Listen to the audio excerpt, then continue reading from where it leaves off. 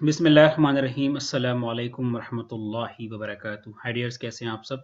मैंने कुछ कंडीशनल के क्वेश्चन आपको कराए थे, कंडीशनल प्रोबेबिलिटी के, तो कुछ और क्वेश्चंस भी करवा दूं ताकि आपकी मज़ीद प्रैक्टिस हो जाए। तो एक और क्वेश्चन कंडीशनल प्रोबेबिलिटी का आपके सामने है। ऐसा करते हैं, पहले क्वेश्चन पढ़ लेते हैं ताकि आप इस क्वेश्चन का थीम जो है वो समझ जाएं कि वो आपसे क्या मांगना चाह रहे हैं। ठीक है। What is the probability that a randomly selected poker hand, poker hand दरअसल एक गेम है। ठीक है, यानी कार्ड्स में डिफरेंट गेम्स होती हैं, तो उसमें एक गेम्स पोकर हैंड भी है। और आपको पहले से बता दूं कि पोकर हैंड एक ऐसी गेम है जिसमें आपने 5 कार्ड जो है वो सिलेक्ट करने होते हैं। ठीक है। What is the probability that a randomly selected poker hand contains exactly 3 aces, कि हमने एक पोकर हैंड लिया है जिसमें 5 कार्ड्स होते हैं। क्या प्रोबेबिलिटी है कि उस पोकर हैंड्स में 3 एसेस आ रहे हैं। क्या आ रहे हैं? 3 एसेस आ रहे हैं। Given that it contains at least 2 aces, जबकि आपको पहले से बताया गया है कि it contains at least 2 aces, कि वहां पे 2 या 2 से ज्यादा एसेस ऑलरेडी आ चुके हैं। देखें, अब ये क्वेश्चन कंडीशनल प्रोबेबिलिटी का कैसे है, मैंने आपको बताया था कि देखें, इसमें अगर किसी क्वेश्चन में ये आ जाए गिवन दैट या सच दैट, इसका मतलब है, गिवन दैट का मतलब है कि ये इवेंट जो है वो ऑलरेडी अकर्ड हो चुका हुआ है। ये आपको इंफॉर्मेशन एडवांस में गिवन है।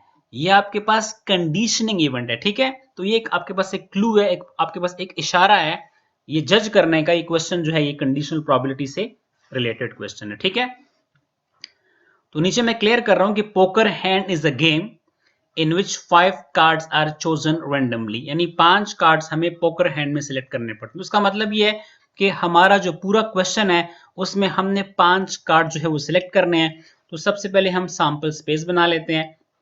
यानी अगर हम 5 कार्ड्स लेंगे तो डेफिनेटली टोटल कार्ड्स हमारे पास 52 होते हैं, तो वो आउट ऑफ 52 आएंगे। तो 52 कॉम्बिनेशन 5 को जब आप कैलकुलेटर से देखेंगे तो आपके पास आएगा 25,98,960 आपके पास कॉम्बिनेशंस बनेंगे। ठीक है, चलें ऐसा करते हैं, आपके पास जो इवेंट ए होगा वो क्या होगा?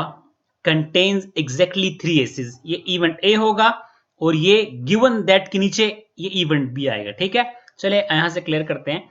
ए क्या शो कर रहा है? Exactly 3 aces are selected. और ये चूंकि कंडीशनिंग इवेंट है, गिवन दैट के नीचे आ रहा है, इसको हम लिखेंगे बी क्या होगा? At least 2 aces are selected. यानी ए भी आ गया, बी भी आ गया। अब कंडीशनल प्रोबेबिलिटी का फार्मूला सबसे पहले मैंने लिख लिया ताकि आपको पता चले कि कंडीशनल प्रोबेबिलिटी के फार्मूले में आपको किस किस एलिमेंट्स की जरूरत पड़ेगी। ठीक है, फार्मूला होगा probability of A given that B is equal to probability of A intersection B divide by probability of B. ठीक है, ये ए क्या शो कर रहा है?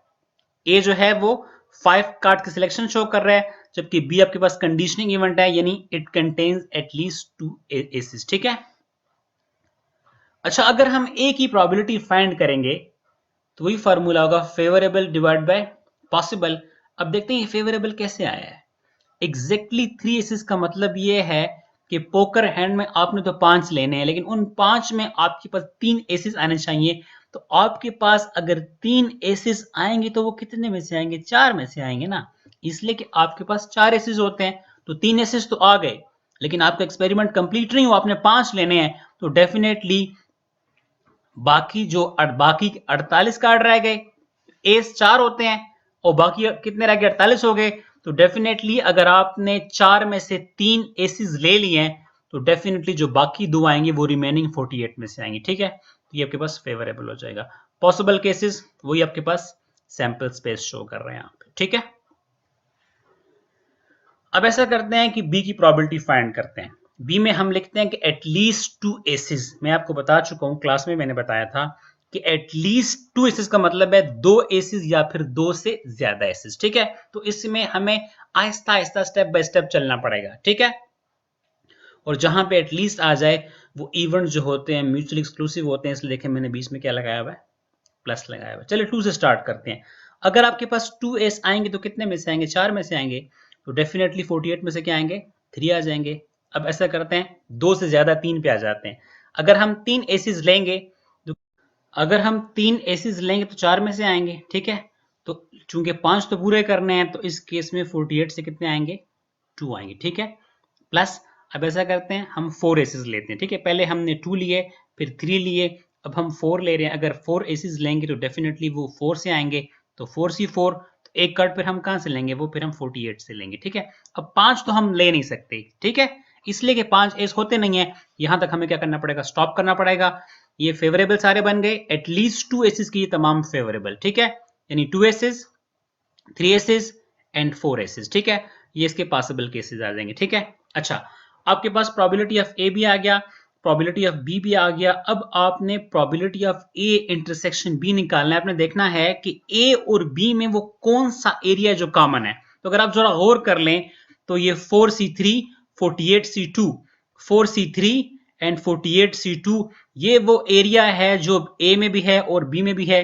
इसलिए मैंने क्या लिख दिया कि probability of A intersection B is equal to 4C3 multiply by 48C2 divided by 52C2। तो ये आपके पास क्या आ रहा है, कॉमन एरिया आ रहा है, ठीक है।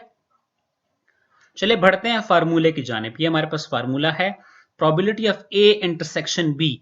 ए इंटरसेक्शन बी की जगह हम किसको लिखेंगे, इसको लिख देंगे, ठीक है। 4C3 48C2 52C5, इसको यहां से कॉपी करें, यहां पे क्या करते हैं, पेस्ट कर दें। प्रोबेबिलिटी ऑफ बी की जानिब आते हैं, तो प्रोबेबिलिटी ऑफ बी आपके पास ऑलरेडी आपने इसको कैलकुलेट कर दिया है। आप यहां पे प्रोबेबिलिटी ऑफ बी लिखते हैं, ठीक है, हो गया काम। अच्छा, अब इसको आप सिंप्लीफाई करें, 4C3 मल्टीप्लाई बाय 48C2, जो भी आंसर आएगा उसको आपने डिवाइड करना है 52C5 पे, आपके पास वैल्यू आ जाएगी 4512। एग्जैक्टली आपने पहले इस पोर्शन को सॉल्व करना है, प्लस इस पोर्शन प्लस ये पोर्शन, इसको जब आप इस पर डिवाइड करेंगे यू विल गेट 108336। जब आप इसको सॉल्व करेंगे यू विल गेट 0.0416। तो ये प्रोबेबिलिटी आपके पास किसकी आ